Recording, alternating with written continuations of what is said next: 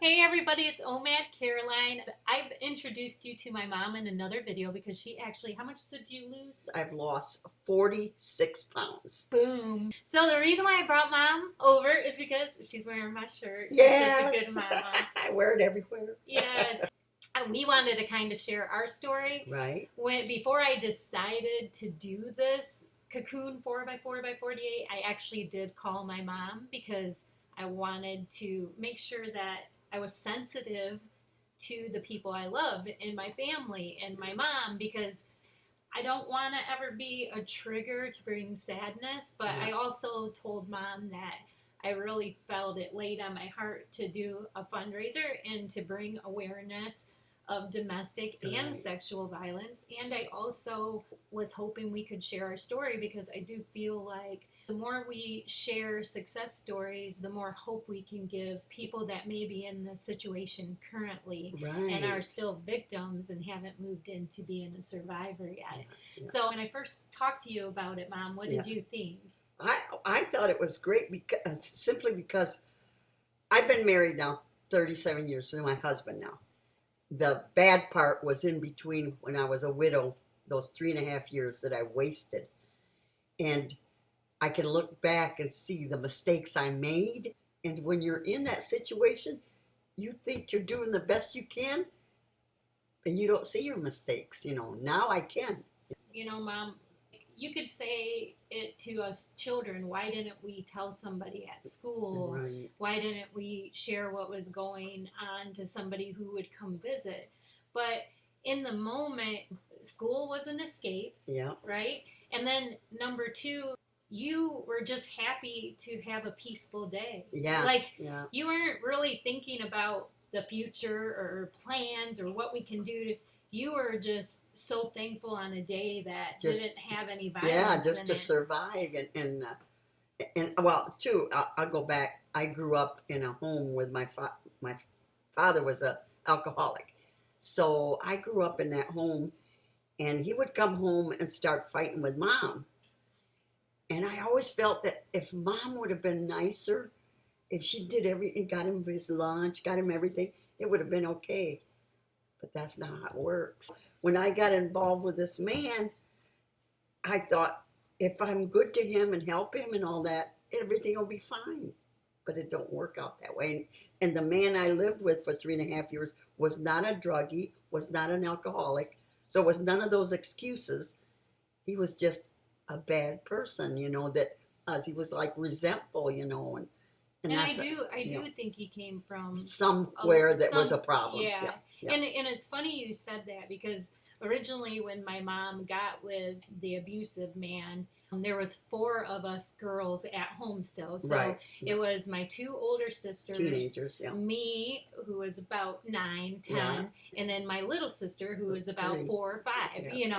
yeah, yeah, And what was funny is mom talked about how she looked at grandma and said she needs to be nicer. I used to hold anger against my two older sisters because I always felt like in my eyes, that 10-year-old, 9, 10-year-old's eyes, I always felt like mom was beaten because of something they did, and I was so angry. I just tried never to make any kind any of kind of issue. problems, yeah, Well, I held on to that, and I told mom, I said the best thing that happened for my relationship with my two older sisters was they actually left the house and moved out, and it was just me and my little sister, and he was still abusive. yeah, So I'm not sure where like my relationship would be right, with Lynn and Betty right, if we would have got out before I right, saw before that, you saw because it, yeah, it's just funny. It's funny how we work things through our yeah, mind, and then yeah, our but dialogue with each other. Really, we didn't really talk about it after we got out out. of it, There was we're really done, no yeah, talk, and yeah, we're like, that's enough. But you hold on to all yeah, of that stuff yeah. still, Yeah, you that's know. a lot of people, well, my husband even said this to me, my husband now. He goes, "Why do you want to talk about something that happened to you 40 years ago?" I said, "It's for the benefit of the people that are going through it. Living It's it. got nothing. I'm happy now. I am truly happy. I have a wonderful family, grandkids, and I don't look back. But if it can help someone get out of it, and you will be all right. You'll survive. Right. And there is a better day. There is. Right. I'm proof of it. Right. And I tell you, my mom, like, I do not look at my mom as a victim. I feel like my mom was courageous. I remember the day that we finally got out. My mom, we attempted to leave a handful of A times. couple of times. Um, He would come crying, Yeah, saying he and was going to Mom change. would go, I felt sorry for but him. this time, Yeah. it's like something, like I saw this warrior come out of my mom. And I remember the Yeah. day we left. This man was he was a body man. He used to repair cars, paint cars and stuff. And I remember Mom didn't tell me or my little sister anything that this was the plan. But I remember she had gotten beaten really bad. I had a real the day bad black before. eye. The day before, really bad. And he had planned to paint a car. Yeah. And I was always tasked with going into the paint booth and spraying it down, like you damped it down so no dust would get up. So I remember she was cooking for him before he headed out. And I remember she was like, go spray down the paint booth. So I'm out there spraying down the paint booth. And I remember everything seemed okay, but you could just, I don't know, there was like an inner confidence in Mom. And Mom cooked dinner. And then he went out to go into the paint booth. And I could see Mom looking out the door window watching. And I remember trying to talk to her, and she's like, shh. She was waiting to hear the compressor go on because the spray painting, it was a compressor, and she like listened, and I could tell she was listening for the compressor to come on.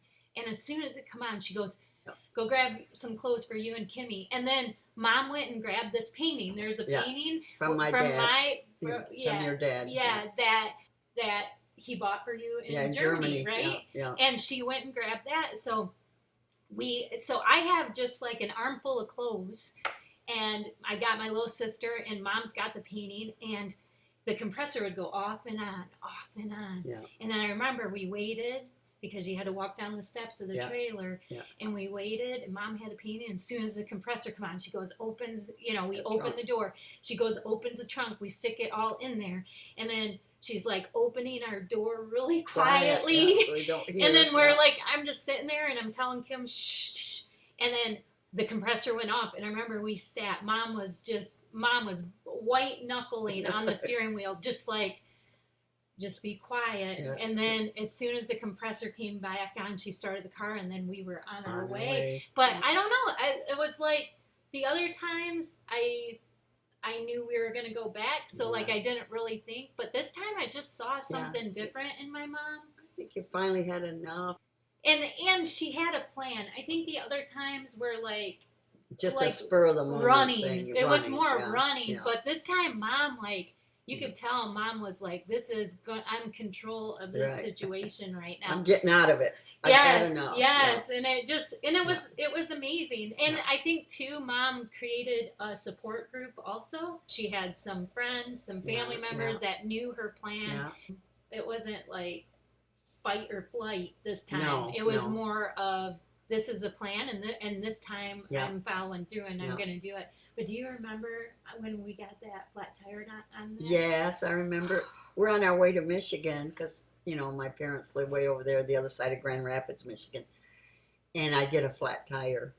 And we got all that stuff in the trunk. And like, he probably would have known we were going that way. So I could tell Mom was nervous that maybe he came out, saw we were he might have jumped followed us, Yeah. So I was, scared. And a trucker pulled up, and I had my eye where he had hit me. I could hardly see out of that one eye. And that trucker pulled up and looked, and you could tell he felt bad. Yeah, I remember he opened up the trunk to get the tire, and all we had was clothes scattered in there. So he knew. I think that's why I love truckers. Yeah. Like my son is a truck driver.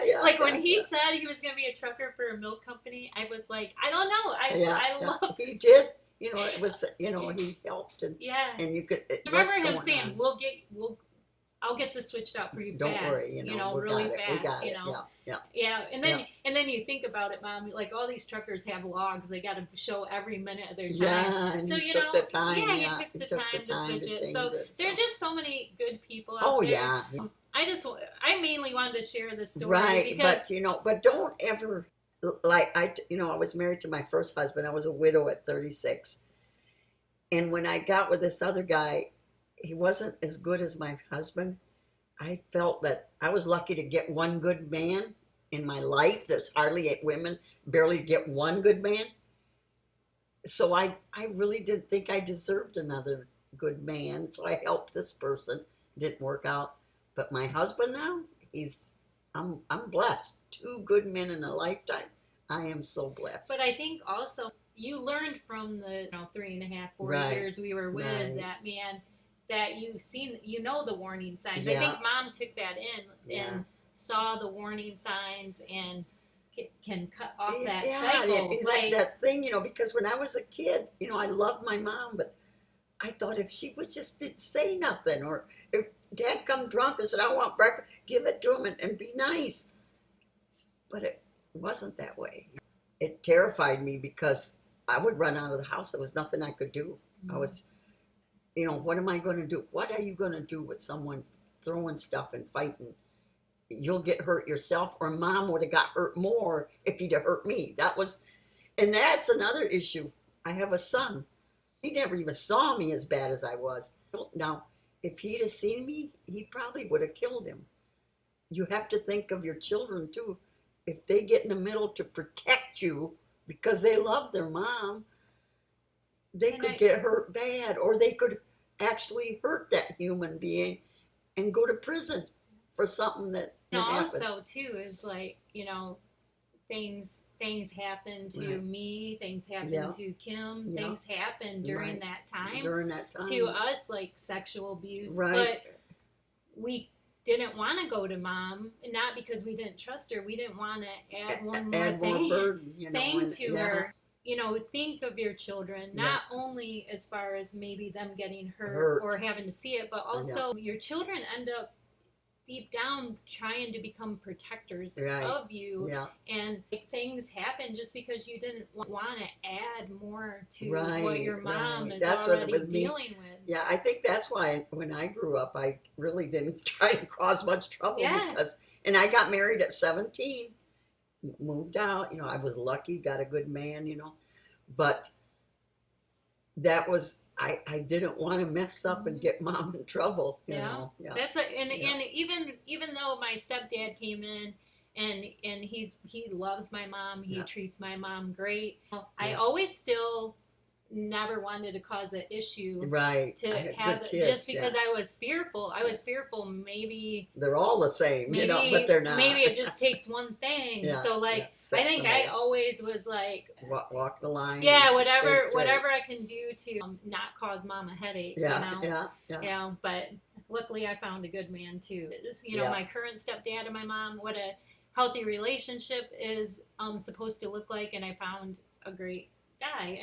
And so the cycle can be broke, but I do think we need to talk about it. Oh yeah, I do. And I also wanted to share my mom's story, my story. My mom's that happy, healthy woman. Yeah, you can overcome it. See, I'm a next generation happy, healthy woman. And your daughter, and my daughter is doing great. She's a spunky little thing. Yeah.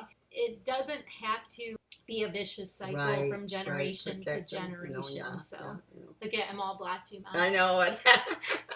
She I gets that way when she gets nervous or emotional. Or emotional. Like Yeah. So don't give up. I really never gave up as bad as it got.